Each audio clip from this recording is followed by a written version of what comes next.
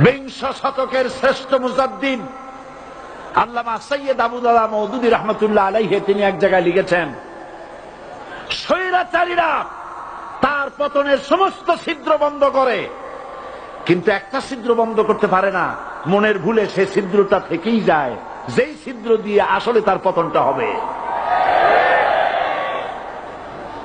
ক্ষমতায় গিয়ে মনে করে চিরকাল ক্ষমতায় থাকবো।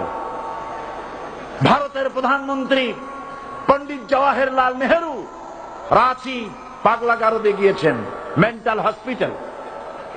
পাগলেরা নেহেরুকে দেখে আশ্চর্য হয়ে গেছে, এত সুন্দর মানুষ, মাথায় কিস্তি টুপি, গায়ে শেরওয়ানি, মুসলমানি ড্রেসই আলাদা।